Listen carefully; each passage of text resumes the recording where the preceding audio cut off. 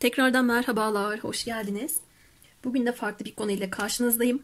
Seni ilk ve son gördüğünde neler düşündü, neler hissetti? Seni bana anlatmak isterse tam şu anda nasıl anlatırdı ve şu anda sana neler söylerdi? Açılım başlıklarımız bunlar arkadaşlar. Sizler için iki tane obje hazırladım. Birincisi antika bir anahtar. Diğeri de ayna.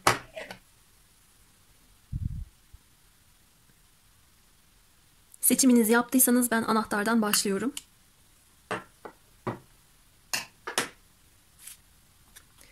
Bakalım bu kişi sizi ilk gördüğünde ne düşünmüş, ne hissetmiş?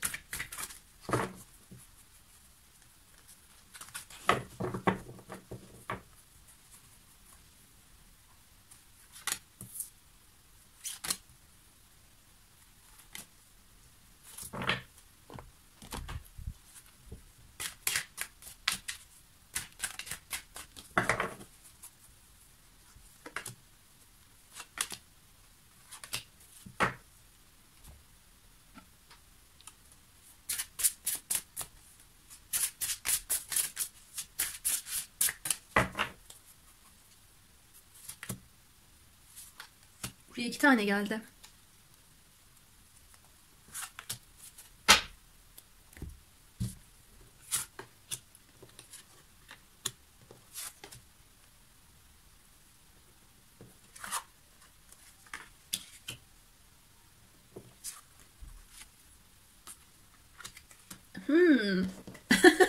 Ay bir gülesim geldi. Ben bir şey oldum ya oturduğum yerde. Niye bilmiyorum. Bu kimin enerjisi? Sizin mi? Az sonra söyleyeceklerimden kaynaklı. Bu kişinin mi? Bu kişi ilk sizi gördüğünde mi böyle oldu bilmiyorum. Sandalyeme çok gevşek bir şekilde oturasım geldi. Şimdi arkadaşlar, aslında siz bu kişinin karşısına ilk çıktığınızda, bu kişi sizi ilk gördüğünde, bu onun ummadığı bir anda olmuş. Rüzgar resmen yön değiştirmiş bu kişinin hayatında. Bu kişi sıkılgan bir zaman dilimi yaşıyorken, belki kalabalıklar içerisinde kendisini yalnız hissediyorken, ofladığı, pufladığı, sıkıldığı bir anda ya sosyal medya platformlarında sizi ilk kez görmüş, onun karşısına orada çıkmışsınız. Arkadaşlarınızla geçirdiğiniz bir zaman diliminde olabilir. Veya bu kişinin ortak arkadaşınız varsa bu kişi ortak arkadaşlar aracılığıyla o şekilde de sizi sosyal medyada görmüş olabilir. Etkilendiğini görüyorum. Ona çok farklı gelmişsiniz ve bir şekilde ruhsal olarak sizinle köklenebileceğini ve tamamlanabileceğini, sağlam bir ilişki kurabileceğini hissetmiş. Bu onun düşündüğü şey değil bakın, hissettiği şey. Size kendisini yakın hissettiğini söylemeye çalışıyor ama farklı gelmişsiniz. Belki gezdiğiniz, gördüğünüz yerler farklıdır, kültürünüz farklıdır, giyim kuşamınız farklıdır. Ona çok bambaşka gelmişsiniz ve bundan etkilendiğini de görüyorum. Hatta böyle bir tatil ortamında veya bir ilkbahar yaz döneminde karşılaşmış olma olasılığınız da var. Bir arkadaş ortamında da sizi ilk kez gördüyse hoşlandığını söyleyebilirim. Ama bu daha çok ilkbahar ve yaz dönemlerini veriyor. Sonrasında kendisi için aşk adına bazı şeyler değişmiş. Bir kere bu kişiyi etkilemiş ve onun kafasını karıştırmışsınız. Algı dünyasında bir farklılık ve çok zengin bir hayal kurma noktası oluşmuş. Sizden hoşlandığını, etkilendiğini görüyorum. İlişki başlasa mı tutkularım artıyor. Bu kişi bana çok cazibeli geliyor. Hayatımda rüzgar yön değiştirdi. Bir şekilde ben sıkılganken, mutsuzken veya kalabalıklar içerisinde kendimi tamamlanamamış, yalnız köklenememiş hissediyorken onunla karşılaştım dediğini görüyorum. Bu kişinin ruhsal yolculuğuna hizmet etmişsiniz ayrıca. Yani bu onun düşündüğü ya da bu şekilde ifade ettiği bir şey değil. Ruhu almış o bilgiyi. Şunu demeye çalışıyor sanki, ben seni gördüğümde seninle bir şeyler yaşayacağımı, benim için ne kadar önemli olacağını, benim kalbimi alacağını hissettim. Geçmişinde sıkıntılar, sorunlar varsa, bu kişinin kalbinde bir yangın varsa siz üfleyerek bunu söndürmüş bile olabilirsiniz hiç farkında olmadan. Hayatında bazı şeylerin biçim değiştirdiğini söylüyor. Sizi ilk gördüğünde sizi aslında çok merak etmiş. Siz onun için kocaman bir aşksınız, aşk fırsatısınız. Büyük bir değişimin başlayacağını hissettiğini görüyorum. Hakkınızda gizli gizli bilgiler toplamaya çalıştığını da görüyorum. Ben burada çok fazla sosyal medya platformları ve topluluk içerisinde aktif olma gördüm. Eğitim öğretim hayatı devam ediyorsa bu kişinin veya sizin, sizi çok bilge, çok okuyan, araştıran, kitapları çok seven, yapınızla görüp bunu takdir ettiğini de görüyorum. İlk gördüğünde size bunları düşünmüş. Gizliden hayranlık beslediğini de görüyorum. Ve aranızda telepatik bir iletişim de olmuş. Bence bu hoşlanmanın karşılıklı olduğunu görüyorum baktığımda. Ve bu kişi sizi hep hayal etmiş arkadaşlar. Onun kafasını karıştırdığınız için.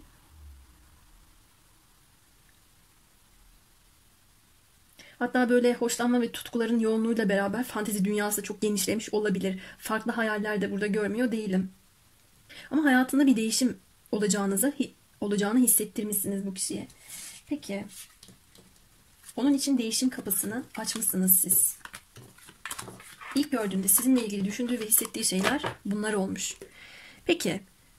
Şu anda bu kişinin sizinle alakalı bakış açısı ve genel enerjisi ne yönde?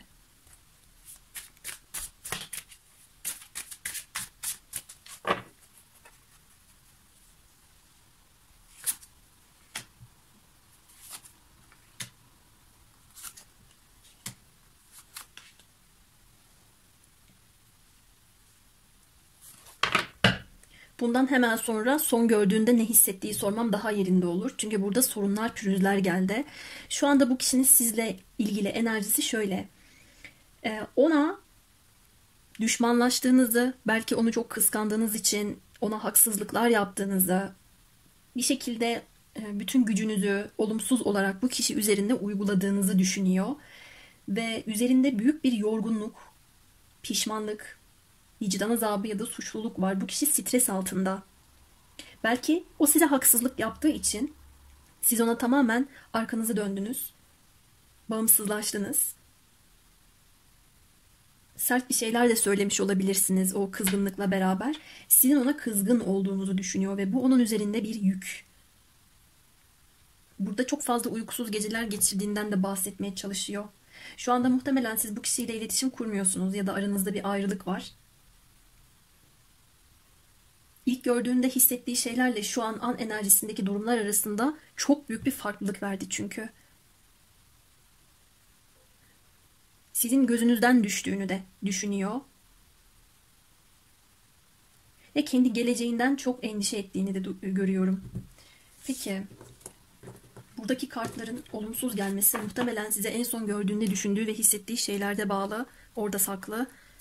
Soralım. Bu kişi sizi en son gördüğünde ne düşündü, ne hissetti?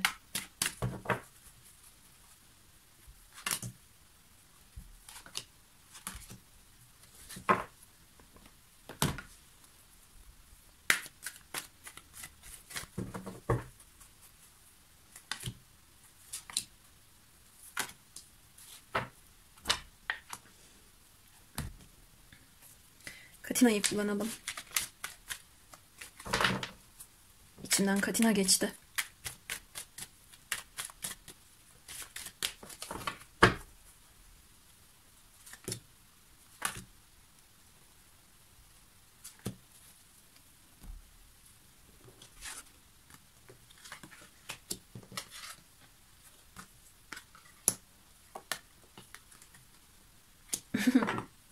Anahtar, anahtar.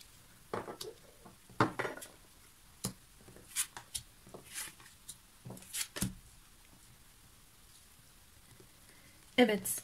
Az önceki enerjiyi tekrardan buraya bir almak istedim.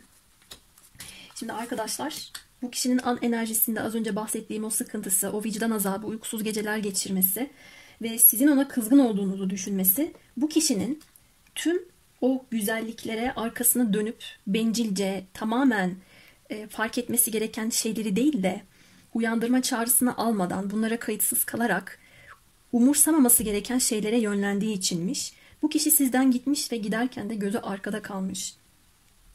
Narsist tavırlar ve o ilk baştaki tutku, heyecan, flört etme ve çok beğeni enerjisini istikrarlı bir şekilde devam ettirememe çıktı. Sizi son gördüğünde şunu düşündüğünü görüyorum. Ben ilişkilere, evliliğe, istikrarlı ilişkiye sıcak bakan birisi değilim. Bencilim, kendi isteklerim doğrultusunda hareket ettim. Bu yüzden de sen bana kızdın. Zaten sana adım atsam da şu anda sana haksızlık yaptığımı düşündüğün için sen de benim kalbimi kırabilirsin. Bana bir şeyler söyleyebilirsin. Bazı şeyleri de giderken senin omuzlarına bıraktım. Şimdi sen bu ağırlıkla baş edebilecek güce sahipsin gördüğüm kadarıyla ama Aynı ağırlığı sen bana yüklediğinde ben bununla uyumlu olacağımı düşünmüyorum demiş. Daha çok gece vakitlerinde sizi düşündüğünü ve sizi gördüğünü görüyorum buraya baktığımda.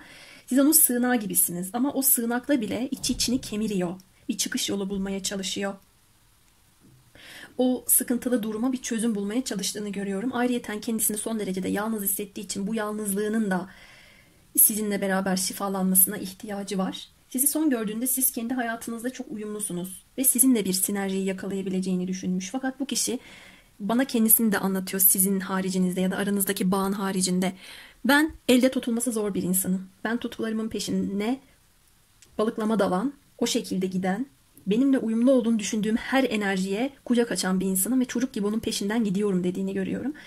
Kendisine adım atıldığında ya da kendisiyle ilgili bir konu olduğunda ön yargıları olabilir, şüpheci bir insan olabilir.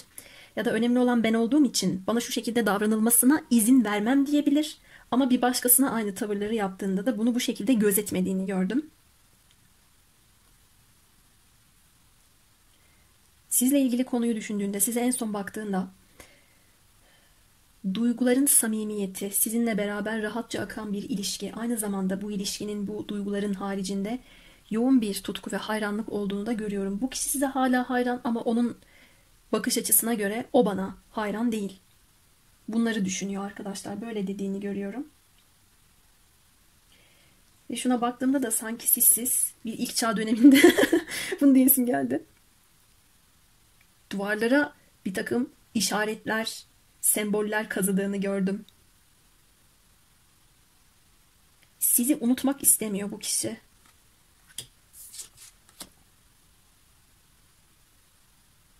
Ne kazındı senin içine? Hadi gelin soralım. Ben çok merak ettim. Bir şey kazıyor gece vakitlerinde. En çok zaten bu kişinin akşam aklına geliyorsunuz. Siz onun gözünde çok parlaksınız. Aynı zamanda böyle sizi çok ilahi bir aşk olarak da değerlendirdiğini görüyorum. Sizden gittikten sonra göz arkada kalmış ve ruhsal olarak bazı konularda boşlukta da hissediyor. Bir oyalanma enerjisi de var. Ne kazıyorsun içine?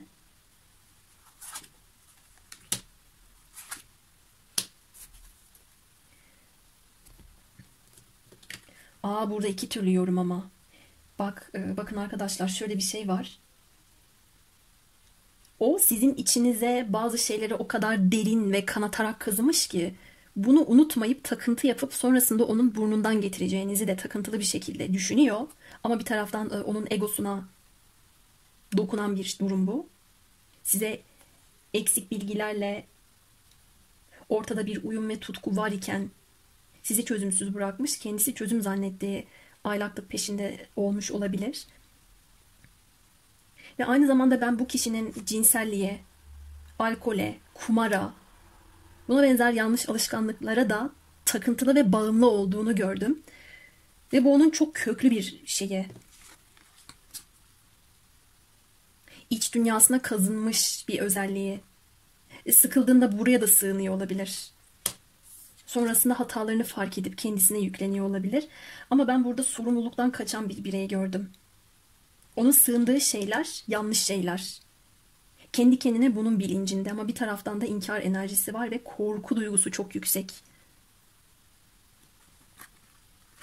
Şimdi açılım başlığımızla ilgili olmasa da ben bu kişinin şunu dediğini de görüyorum. Size en son baktığında isterse de bakmasın.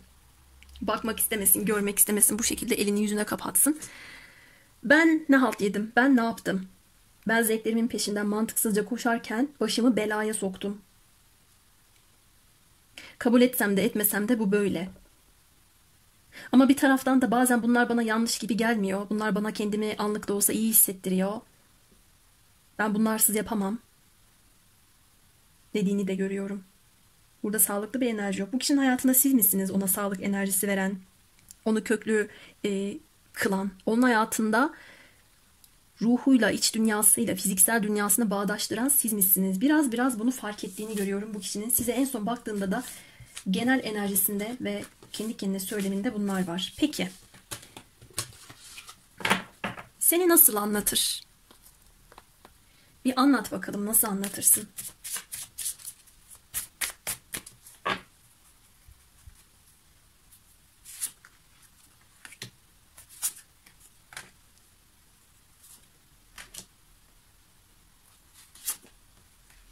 kendini de anlatıyor. Siz çok güçlü, kararlı, sorunları önceden görüp çözebilme yeteneğine sahipmişsiniz. Kendi iç dünyanızda bir kudret varmış. Kendi zayıf özelliklerinizi bile kontrol edebiliyor musunuz? Ama o bunu yapamıyormuş. Bununla ne kadar bununla ne kadar cebelleşse de yine de içinde bir yerlerde duygusal bir boşluk ve açlık olduğunu görüyorum. Bu arada sizinle iletişim kurmak da istiyor. Sizin kadar kararlı değil. Bu arada aranızda bir iletişimsizlik, bir kızgınlık durumu söz konusuysa sizin şu anda onunla konuşmak istemeyeceğinizi de yeni bir tarafa doğru yol aldığınızı da düşünüyor. Peki şu anda sana ne söylerdi? Konuşturma kartlarımızdan alalım. Ne söylerdin şu anda?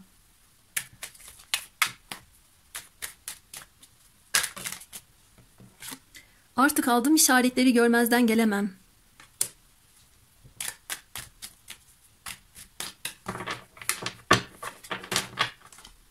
Seni hala seviyorum.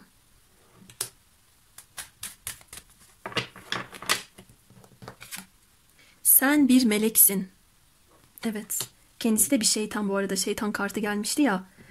Bu bir iyi ile bir kötünün ilişkisi gibi değerlendiriyor muhtemelen. Ben kötüyüm, ben bağımlılıkları olan bir insanım, kibirliyim, narsistim, kıskancım, takıntılı biriyim. Sen ise bir meleksin şeklinde size en son gördüğünde bile bunları söylemiş olabilir arkadaşlar. Evet, anahtar için söyleyeceklerim benim bu kadardı. Şimdi diğer destemize geçelim. Evet, aynadan devam ediyoruz. Bakalım seni ilk gördüğünde ve son gördüğünde ne düşündü, ne hissetti bu kişi. Kartlarımızı alalım.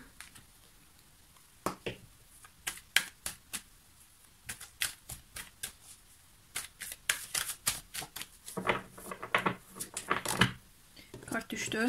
Hem de açık düştü. Bir havailik.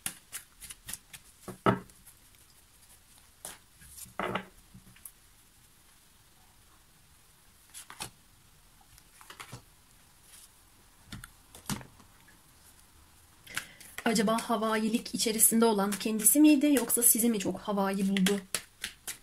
Çıkar şimdi açılımda.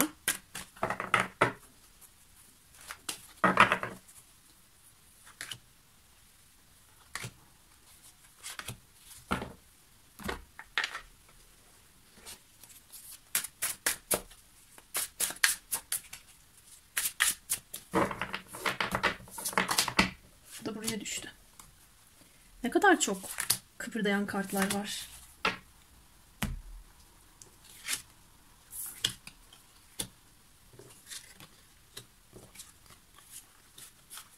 Havai olan kendiymiş. Sizi ilk gördüğünde ben bu kişinin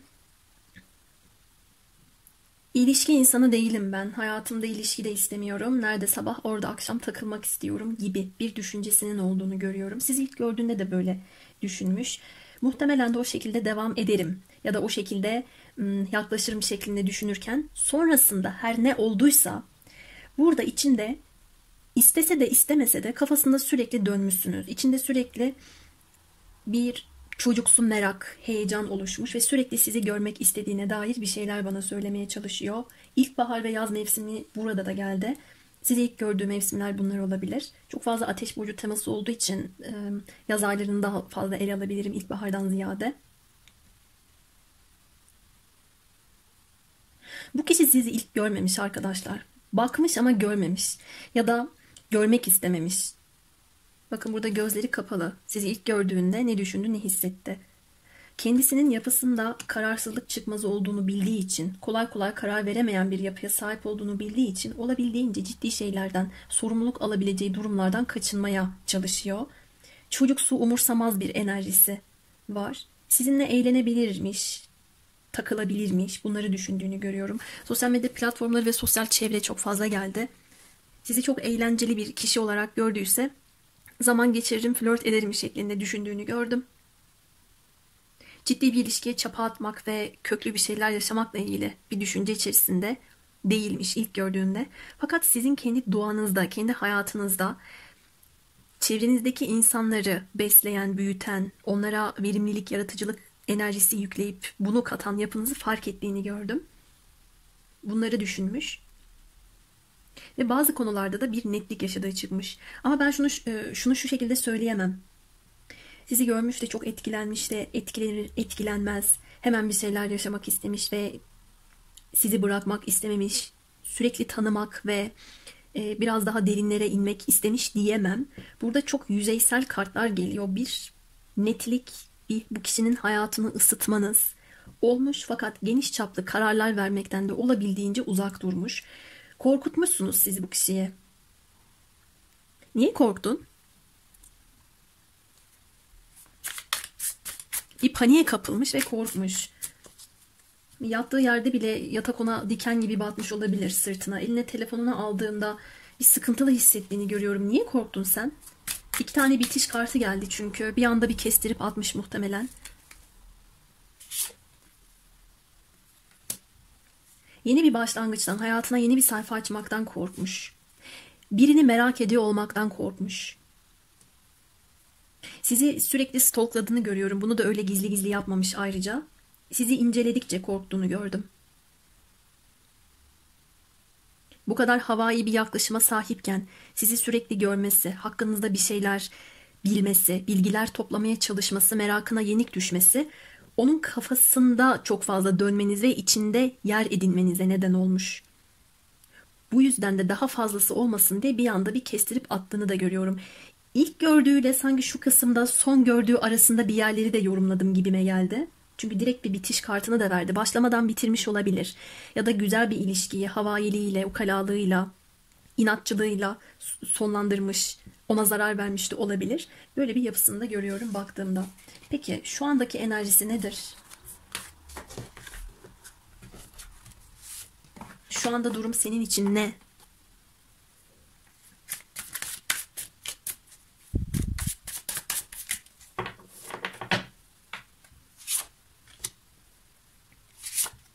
Bu kişi sizin gücünüzden korkmuş arkadaşlar. Eğer sizi bekletiyorsa bunun nedeni kendisinin yıkıma uğrayacağını bildiğinden ya da sizin çabalarınızı, sizin kendinizi hazır hissediyor oluşunuzu, olumlu anlamdaki değerlendirmelerinizi yerle bir ettiyse eğer, az önce saydığım sebeplerden dolayı korkmuş ve hazır değilmiş. Ben bu kadar etkileneceğimi, onun cazibesine bu kadar kapılacağımı, onu bu kadar beğeneceğimi düşünmüyordum. Ben gözlerimi kapatmıştım. Ben etkilenmem diyordum. Ortalıkta öyle uçarı havai bir vaziyette dolaşıyordum. Ne oldu bana diyor. Ruhsal bir yeniliğe hazır hissetmediğini de söylemeye çalışıyor. Bunun nedeni ne biliyor musunuz arkadaşlar? Siz onu belli bir düzenden çıkarmış, kendini kapattığı kabuktan sıyırmışsınız. Orada o kabuk kırılmış ve o kabuğun kırılmasıyla beraber bu kişinin gözünün korktuğunu görüyorum ve risk alamam şeklinde değerlendirdiğini görüyorum. An enerjisinde böyle bir konu da var. Peki son gördüğünde ne hissettin, ne düşündün? Eline telefonunu çok fazla alan bir birey bu kişi. Özellikle de telefonuna yatarak bakıyor. O esnada baktın, yazıları okudun, fotoğrafa baktın. Ne düşündün, ne hissettin?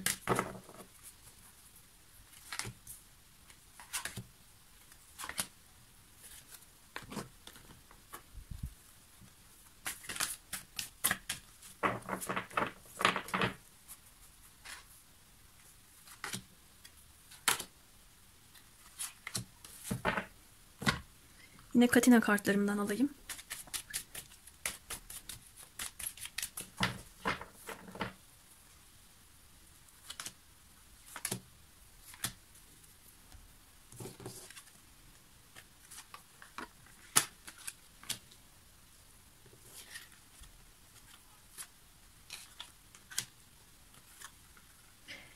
Gece gündüz fark etmiyor, bakıyor size. Bir taraftan da bunu yaparken kendisini kötü hissettiğini de görüyorum. Yani o sizin enerjinizden kendisini uzak tutmaya çabaladığını da görüyorum. Sizi en son gördüğünde tilki kartı bize biraz arkadan dolanma, kurnazlıktan söz eder. Sizin dört dörtlük bir insan olduğunuzu düşünmüş. Bir kere dört dörtlük bir insan olduğunu düşünen bir kişi, kendisinin hayatına bir şifalandırıcı etki verdiğini düşünen bir kişi, bunu en akıllı şekilde kullanır ya da en akıllı şekilde değerlendirir. Kullanır kelimesi de çok doğru olmadı, sömürmek gibi oldu ama ya akıllı bir insan elinde tutmayı bilir. Bunu bu şekilde düşündüğünü de gördüm aslında ama bunu başaramadığı düşüncesi de peşi sıra geldiği için kendisini bir anda kötü hissettiğini, o duygunun ağırlığında kalmak istemediğini ve baktıkça hayran oluyorum, en iyisi bakmayayım, en iyisi üzülmeyeyim şeklinde düşündüğünü gördüm. Siz ona göre dört dörtlüksünüz. Herhangi bir eksiğiniz yok. Bu arada gerçekten şifa ile ilgili bir yeteneğiniz olabilir. Bu sizin mesleğiniz olabilir. Çok bilge bir insan olabilirsiniz. Bu özelliğinizin de farkında. Birilerinin hayatına olumlu anlamda etkinizin olduğunu düşünmüş en son size baktığında. Fakat bu en sonki bakışı biraz bana arkadan dolanarak ya da sahte hesaplarda veya çok da çaktırmadan hemen şöyle bir gireyim bakayım, hemen bir bilgiyi alayım kaçayım der gibi geldi. Bunun belli bir zamanı yok. Gece de gelmiş, gündüz de gelmiş arkadaşlar. Size baktığında bakın şurada bir ay var ve güneş var. Ayı gibisiniz, güneşi gibisiniz onun için. Hem gecesini aydınlatıyorsunuz hem gündüzünü aydınlatıp ısıtıyorsunuz. Size baktığında herhangi bir belirsizlik düşündüğünü görmüyorum. Hissiyatında hala duyguları var, tutkuları var. Akıp gidiyor öyle sizinle beraber. Onu bambaşka diyarlara götürüyor gibisiniz.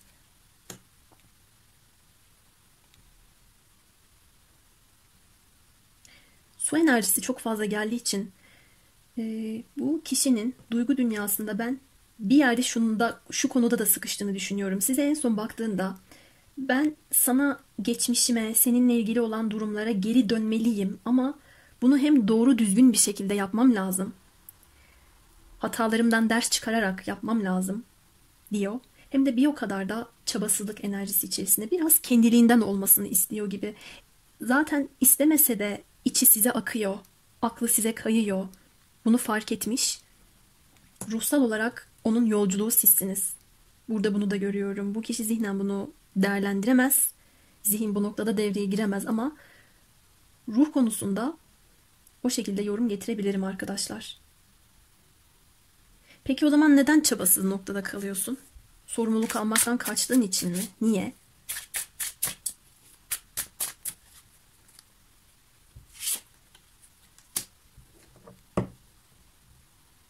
Sorumluluk almaktan kaçmıyormuş. Çabasız kalması şimdi kendisini zafer kazandığına dair, başarılı olacağına dair ne zaman kendisini emin hissederse o zaman harekete geçecekmiş. Bu arada harekete geçeceğini de görüyorum. Zaten size baktığında, ilk gördüğünde de son gördüğünde de sürekli bir gelme enerjisi içerisinde. Hayatındaki negatif enerjiyi kırmaya çalışıyor. Bir de onu yönlendiren duyguları değil de tutkuları daha çok. Ve bir özgürlük teması da alıyorum. Kendi canı istediğinde ya da kendi kafasına göre o girişimcilik ruhuyla hareket etmek istiyor. Ve sizin dört dörtlük bir kişi olduğunuzu bildiğinden öyle size yamuk, çabasız, yüzeysel, hatta sadece tutkularla bir yaklaşımda bulunamayacağını da biliyor. Sebep de bunlar olarak geldi. Peki, seni nasıl anlatır? Bana bir anlat arkadaşımı. Madem dört dörtlük görüyorsun, içinde çok güzel duygular uyandırıyor baktığında. Bir bakıyorsun bir daha bakasın geliyor. Kendine engel olamıyorsun. Bir anlat bakalım.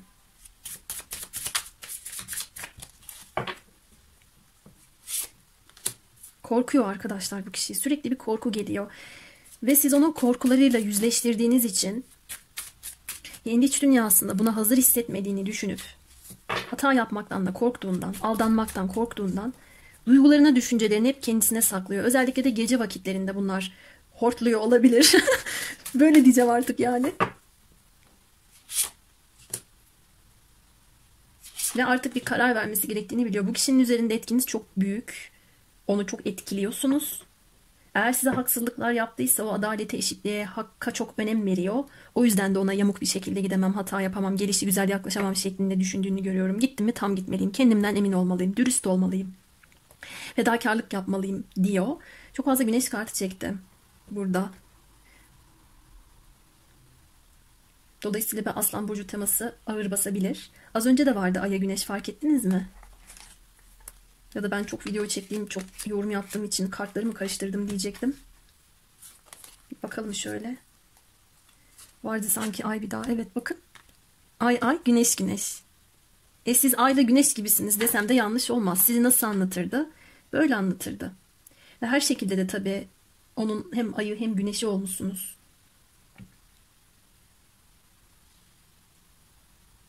Sizi çok zarif de buluyor.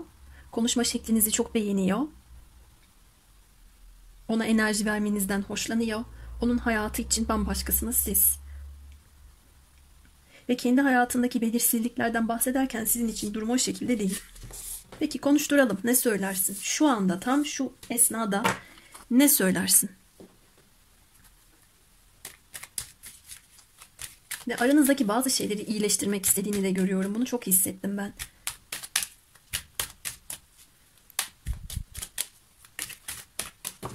Ne söylersin? Kart taş döndü. Aklım ve kalbim hep sana geri dönüyor. Bu kişi zaten o enerjide dönecek size. Size her baktığında size koşmak istiyor, gelmek istiyor. Gözlerini bağlasa da hayır hayır şöyle bir bakıp çıkacağım, takılı kalmayacağım dese de bunu başarabildiğini görmüyorum.